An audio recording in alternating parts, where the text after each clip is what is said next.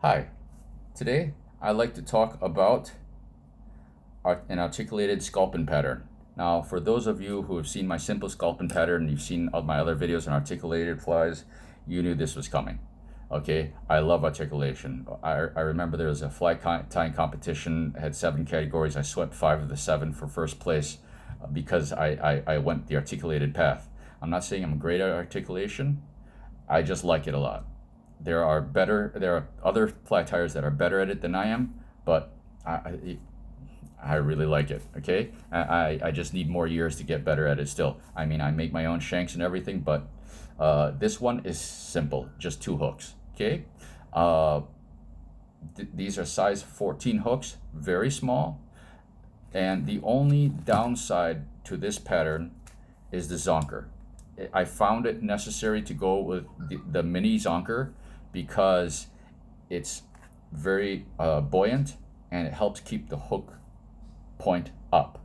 Okay, if the material is not buoyant, the hook point will ride down and then it goes into the rocks and such. And this one, I want it sitting there walking through the rocks. Okay, I'm using bead chain in the front hook as weight and also as an anchor for the articulation wire. And that basically walks straight down amongst the rocks with fewer snags than with hook point down. Okay, so necessary evil. I mean, it is a great action and everything like that, but in order to get the action I really like out of a zonker, I have to tie it a little long, but then it wraps around the hook bend. If I tie it short enough that it doesn't wrap so much, even I don't care whether you do the proper wraps underneath or not, they still tangle. Okay, and if you tie them short enough that you get less tangles, then I don't like the action. With this one, because it's articulated, I get away with it a little bit, but it's still, it's a pros and cons type thing. Okay, so for the back hook, because I'm using zonker and I need every single millimeter of hook shank that I can, I'm using 6/0 thread. For the front, where I'll need to pound down and really crank in, I'm using 3/0 thread. Okay, so let's get started. Here we go, tying in the thread. Really fine hooks. I find they help. Just a little bit of glue, just a smidgen. Good. Okay, now first thing we have to do is we have to tie all the way back. Okay, almost all the way back. Sorry, I'm using UTC ultra fine wire. Okay, when you cut this stuff, if you're going to cut it with your scissors, people always say use the back of your scissors. I would say, because I am a cheap fellow, don't use your scissors. Just use a cutting plier, okay, or something like that. It just use the tools that are meant for. Okay, now here we go. I'm just going to tie this in. Come, daddy. Okay. Wrap it all the way forward, or backward in this case. Okay, and we're gonna go up the bend just a little bit. Okay, at this point, just to be safe, I'm going to throw a half hitch on, because now we're going to introduce the zonker strip.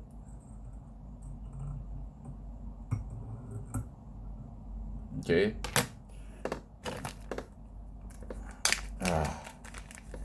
Zonkers, they are great but evil at the same time. Okay, so depending on the strip you get, you always want to see which way the hair is running. Okay, if the hair is clearly running one direction, don't go and think that it'll lay down the other direction in the water and then tie it in backwards. Don't do that. It doesn't end well. Okay, now what I like to do is, you see it's got kind of a square end here in the skin. I like to get that pointed just a little bit. I know this is a mini zonker, and some people might say, it doesn't really matter. I'm a little bit of a perfectionist when it comes to this sort of thing. Maybe not perfectionist, maybe more just OCD. Okay. Now, I measure always from the skin, not from the hair. So 1, 2. And that 1 is actually really important because that's where I'm going to put the hook point. And now this is where it helps to be able to see properly. You want good light when you do this. Okay, so now I pierced it. That's why I threw the half hitch.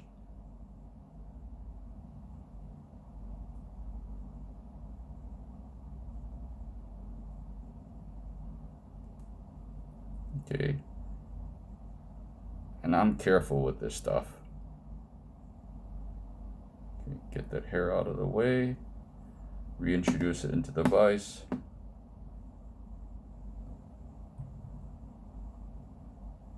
Okay, there we go. Now, try to get as much of this out of the way as possible. Okay, and here's the next thing. We're gonna put some iced up minnow belly. This is from Hairline.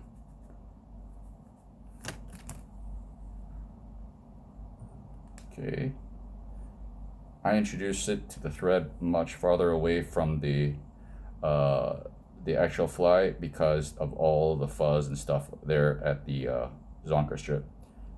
Get it down there. Okay. Come on. Helps to wet it down to discipline the fibers a bit. Okay, and here we go.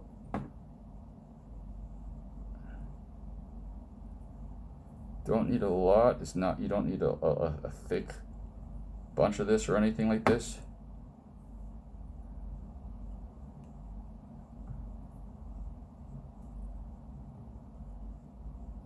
Okay, and you don't want to crowd the hook point. Okay, there.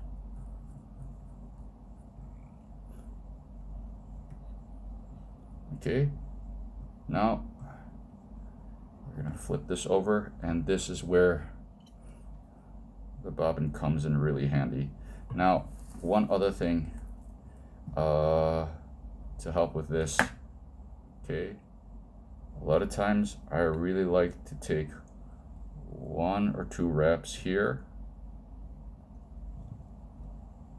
okay, just to help hold everything off. Good. Put it in the bobbin cradle. Okay, there we go.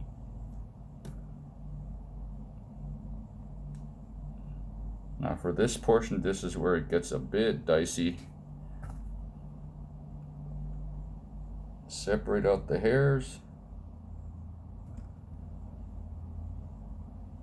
Oop, I went a little farther back.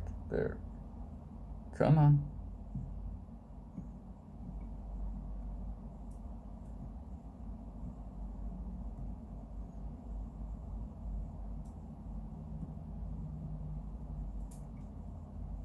Try to get as many fibers away, out of the way of the wire as possible.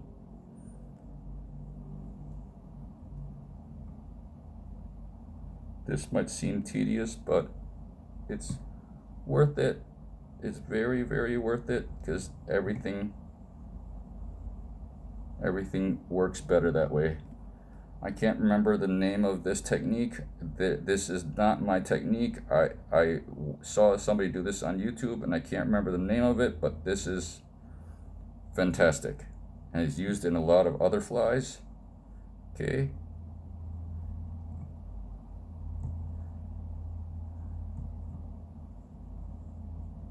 Good stuff.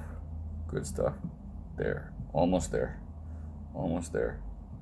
This might be the most tedious step of the entire pattern because you want to get as many hairs out of the way as possible.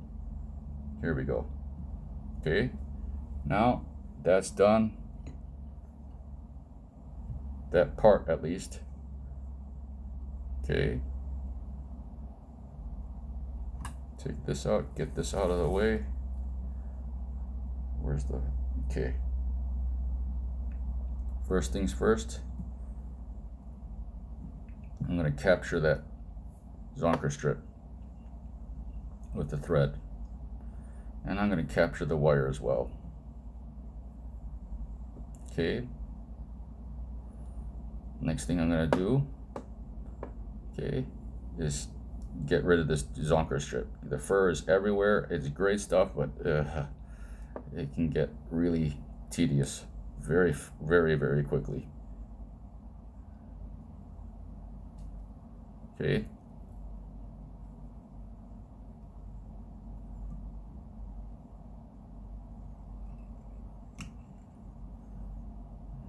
Okay. Time to get rid of you.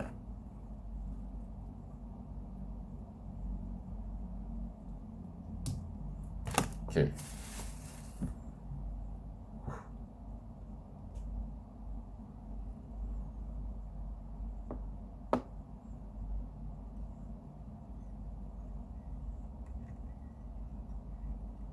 Now, the wire, wrap the wire in, wrap it back. Okay, now I can get rid of that wire. For this part, I'm going to use the wire cutter.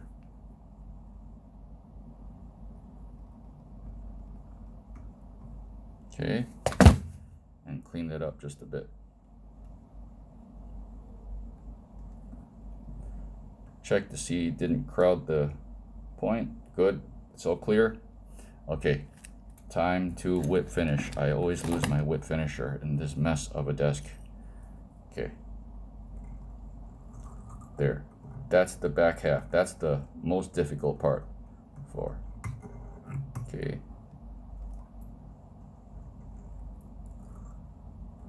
One, two, three.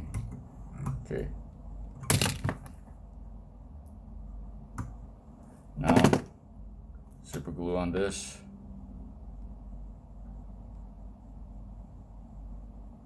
Touch on the bottom is all you need. Okay. Now, while this dries, I'm going to begin on the front. Again, this is the easier half. That back half, it needed the zonker. That's what makes it so difficult, or, you know, involved. I'm going to switch threads. 3/0.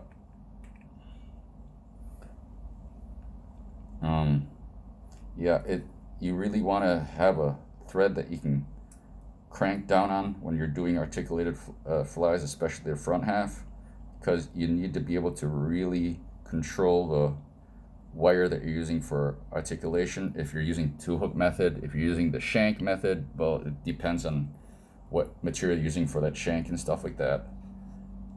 So a lot of things to consider, but it's not difficult. You just got to spend some time with it and see what works for you, what doesn't.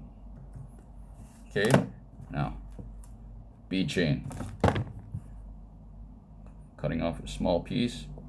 Well, not a small piece, just my regular two, and I forgot my super glue.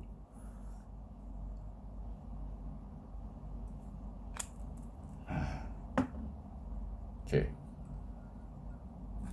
tie this right there.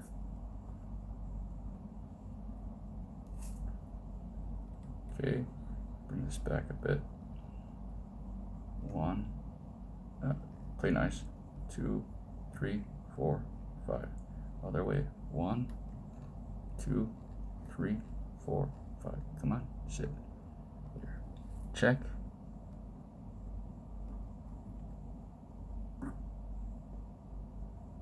Okay. Now, the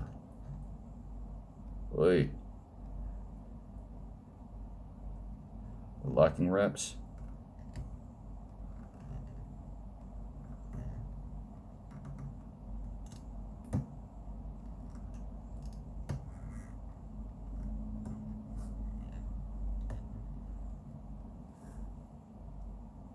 Okay, that's not going anywhere now. Okay, now we need the wire. Okay, where's my wire? Right in front of me. Okay, as always, the idea of force. Okay, length 1, 2, 3, 4. This is where we cut it.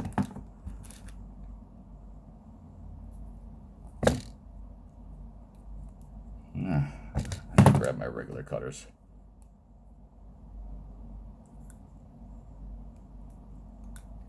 Okay, 1 length, 2 length. Okay, see the curve of the wire? Gonna angle it towards me just a bit. Does it sit better underneath? Yeah, it does. So I'm gonna start it underneath. Okay, it's coming up.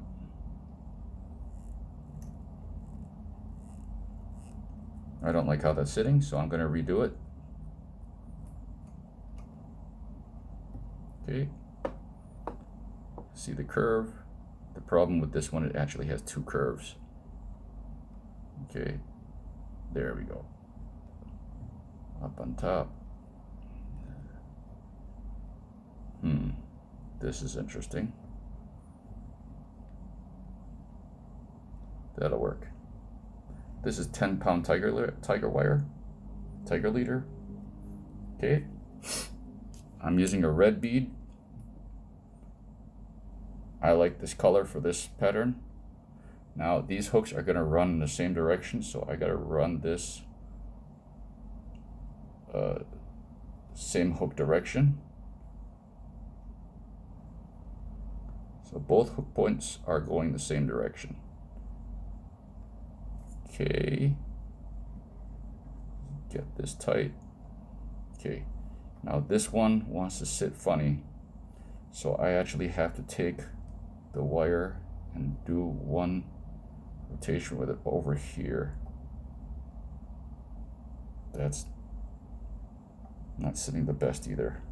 I think I have to come back here. Okay, yep, that's the best course for this wire.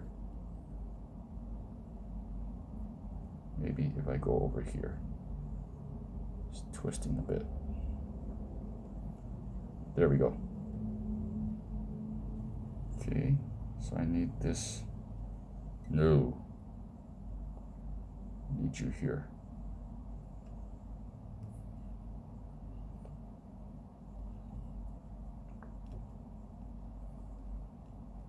Okay, tie this all the way back. Okay,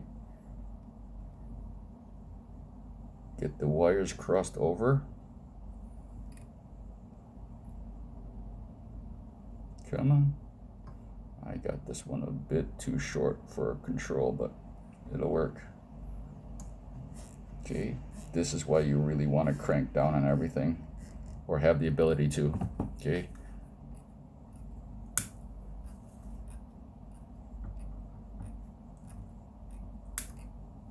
Okay, now get all of this out of the way, clean this up.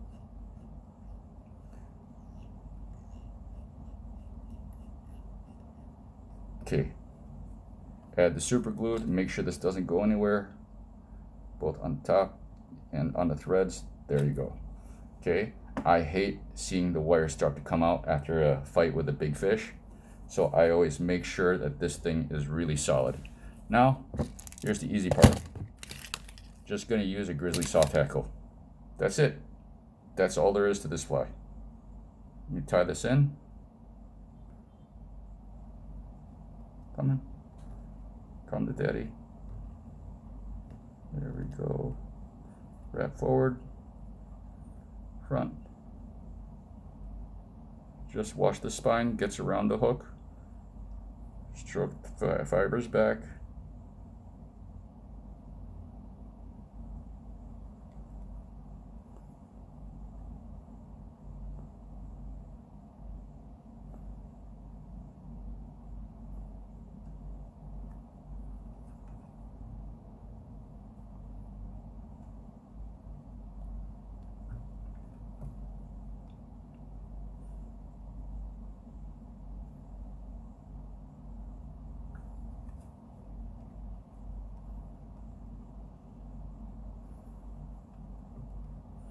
Here we go.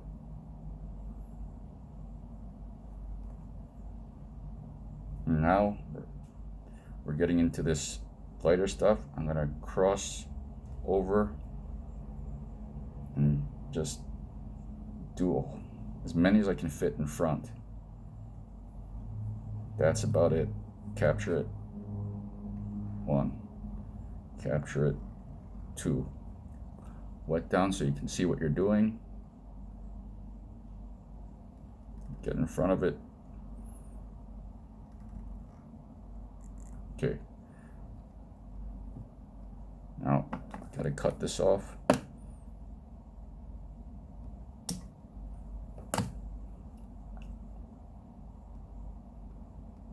When you wet down and brush everything back, be careful of the hook point. Okay. And yes, whenever I use marabou, I end up swallowing some marabou. Okay. There. Whip finish, and this is done. 2, 3, 4, 5. Capture the fiber there.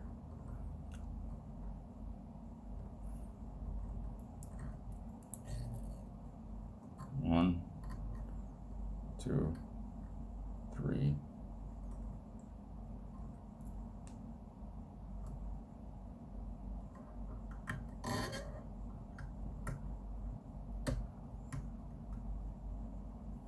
Okay, cut this off, make my V, there. Clean this up a little bit.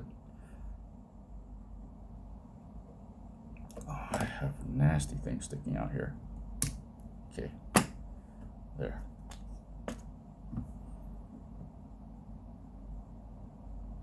Add just a dab of glue.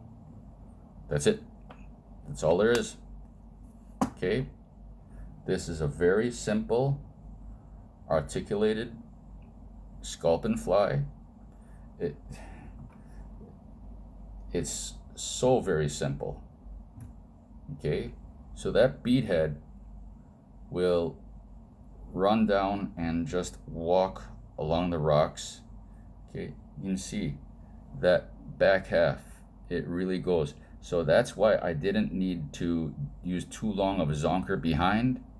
Okay, and these mini zonkers and such like this one is not gonna wrap because it's short and such. Okay, and yeah, this has been effective. I hope it works for you as well. Okay, nice. It's dry, so everything's puffing out everywhere. But this is